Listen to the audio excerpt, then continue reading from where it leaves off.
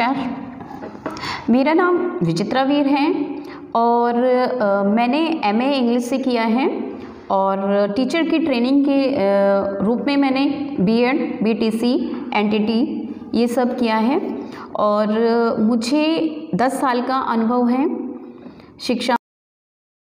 मेरा ज़िला बागपत है। बागपत ज़िले की ये विशेषता है कि यहाँ पर श्रावण मास में पूरा महादेव का मेला लगता है और जब यह पूरा महादेव का मेला लगता है तो यहाँ पर लाखों श्रद्धालुओं की भीड़ रहती है। कावड़ लेकर लोग बाग यहाँ आते हैं जल चढ़ाने के लिए। तो मतलब इतने बड़े स्तर पर मेला लगता है कि यहाँ पर दूर दूर से इसको देखने के लिए लोग बाग आते हैं और इस पर यहाँ पर जल चढ़ाने के लिए भी आते हैं। तो ये बागपत में एक प्लाना ब्लॉक है और प्लाना ब्लॉक में ही एक प्राथमिक विद्यालय है और प्राथमिक विद्यालय कहरगा। तो मैं प्राथमिक विद्यालय कहरगा से हूँ और मेरे विद्यालय में 184 बच्चे हैं और ये सभी बच्चे ग्रामीण परिवेश के ही हैं।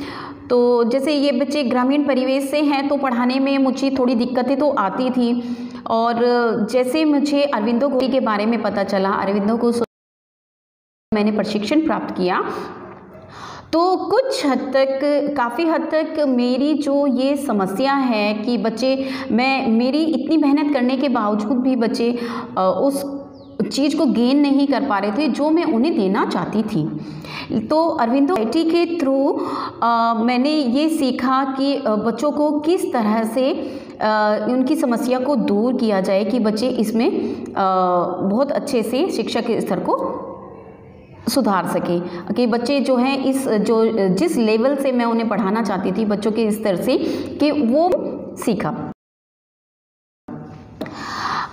जैसे मैं यहाँ प्राथमिक विद्यालय कहरगा में अंग्रेजी पढ़ाती हूँ और बच्चों को अंग्रेजी विषय बहुत ही अलग विषय लगता है क्योंकि यहाँ पर यह हिंदुस्तान है और हिंदुस्तान में हिंदी मातृभाषा है और हिंदी मातृभाषा है तो यहाँ के जो गांव हैं यहाँ पर इंग्लिश का तो बहुत दूर दूर तक कोई टच नहीं है और बहुत कम फैमिलीज़ ऐसी हैं जहाँ पर यह देखा जाता है कि हाँ कुछ घरों में इंग्लिश बोली जाती है, लेकिन ग्रामीण परिवेश में तो ऐसा बिल्कुल नहीं है। तो मैं बच्चों को टीएलएम बना के पढ़ाने की कोशिश करती थी। पहले मैं टीएलएम बनाती थी तो मतलब मेरा टीएलएम थोड़ा कॉस्टली होता था बच्चों के अकॉर्डिंग, इतना कॉस्टली होता था कि मतलब जितना मैं उनको सिखाना चाहती थी वो मुझे नहीं मिलता था कि खर्च करने के बावजूद भी जो मैं बच्चों से चाहती थी कि बच्चे ये सीखें वो मुझे नहीं मिल पाता था। तो जब मैंने ZIIEI का प्रशिक्षण प्राप्त किया तो मुझे कुछ ऐसे नवाचार पता चले कि जो बिना पैसा खर्च किए मैंने उसको प्राप्त किया, उसको सीखा और उसको सीखने के बाद मैंने बच्चों के साथ उसको अप्लाई किया तो फिर मुझे उससे बच्चों को पढ़ाने के नए तरीके पता चले और नई वीडियोस मैंने देखी उसमें। तो इस प्रशिक्षण से मुझे काफ़ी लाभ हुआ। इसी में ZII में ही इनोवेटिव पाठशाला ऐप है।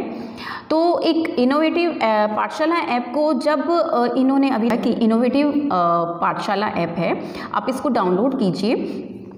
तो इसको जब हमने डाउनलोड किया तो इसमें हमें पता चला कि इसमें आप हर सब्जेक्ट के, हर क्लास के जो पढ़ाई है उसको हम लेसन हैं, जो चैप्टर हैं उनको हम आसानी से देख सकते हैं और इसको टीचिंग प्लान भी इस पे है तो हम उससे अपने शिक्षा के स्तर को सुधार सकते हैं। जैसे क्लास 3 का लेसन प्लान आपको देखना है, इंग्लिश का, हिंदी का, अलग सब्जेक्ट्स का। तो मतलब कहने का मतलब ये है कि ZII के माध्यम से जो इनोवेटिव पाठशाला ऐप है इस पर मैंने देखा कि किसी भी क्लास का कोई भी चैप्टर हो आप उसको आसानी से कर सकते हैं। और इस पर जो लेसन प्लान है वो भी इतने अच्छे तरीके से बताए गए हैं, समझाए गए हैं, जिससे कि हम देखकर, समझकर, पढ़कर अपनी जो शिक्षा का स्तर है उसको सुधार सकते हैं। इस प्रशिक्षण से मुझे काफ़ी फ़ायदा मिला और ऑनलाइन टीचिंग के नए नए तरीके भी पता चले। जैसे पहले मैं ऑनलाइन टीचिंग सिर्फ व्हाट्सएप के माध्यम से ही बच्चों को कराती थी, लेकिन जब श्री अरविंदो के थ्रू मैंने प्रशिक्षण प्राप्त किया और जो हमारे ट्रेनी हैं मिस्टर अखिलेश दीक्षित, तो अखिलेश दीक्षित जी ने हमें जो ट्रेनिंग दी वो इतने अच्छे तरीके से दी कि वो माइंड में बिल्कुल सेटअप हो गई। और माइंड में सेटअप होने के बाद उन्होंने हमें बताया कि किस किस तरह से व्हाट्सएप के अलावा भी आप अन्य जो काफ़ी सारे तरीके हैं वो उन्होंने वेबिनार में हमें बताया कि आप उनसे किस तरह से अपनी टीचिंग को बहुत अच्छा कर सकते हैं। तो खेल खेल में हमने देखा कि इनोवेटिव पाठशाला के ऊपर ही हमने देखा कि उसमें कई खेल हैं, जैसे सांप सीढ़ी, लूडो वगैरह, ये सब खेल उन्होंने दिखाए। उन खेलों के माध्यम से आप बच्चों को किस तरह से पढ़ा सकते हैं, और इस तरह से करने के बाद जो हमारे जो ऑनलाइन जो टीचिंग है उसमें बच्चों का इंटरेस्ट भी बढ़ा और बच्चों ने इसमें बढ़ चढ़ के रुचि ली और बच्चों की संख्या भी इस तरह से बढ़ गई। और जब बच्चों की संख्या बढ़ी तो मतलब मेरा स्कूल काफ़ी अच्छा स्कूल हो गया और ब्लॉक स्तर पर और डिस्ट्रिक्ट स्तर पर मेरे स्कूल की काफ़ी प्रशंसा हुई।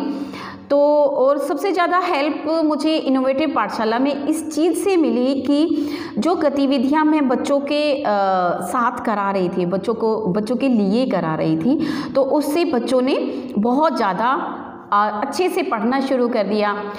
गतिविधि के साथ साथ बच्चों ने स्कूल में जो अलग अलग एक्टिविटीज़ होती हैं वो भी उन्होंने करनी शुरू कर दी। तो इससे बच्चों की जो उपस्थिति बढ़ी तो उससे मेरे विद्यालय का काफ़ी नाम हुआ। और थैंक्स टू अरविंद जी, और really I thankful to you mister Akhilesh Dikshit ji. मैं आपके बहुत बहुत थैंकफुल हूँ कि आपने हमें इतनी अच्छी चीज़ें बताई, और थैंक यू सो मच एक बार फिर से। और इसी उस पर मैं यही सब कुछ देखते हुए मैं ये चाहती हूँ कि जो मेरा जो विद्यालय है वो जनपद स्तर पर रोल मॉडल के रूप में ज़रूर आना चाहिए। इन्हीं शब्दों के साथ सभी को मेरा नमस्कार, धन्यवाद।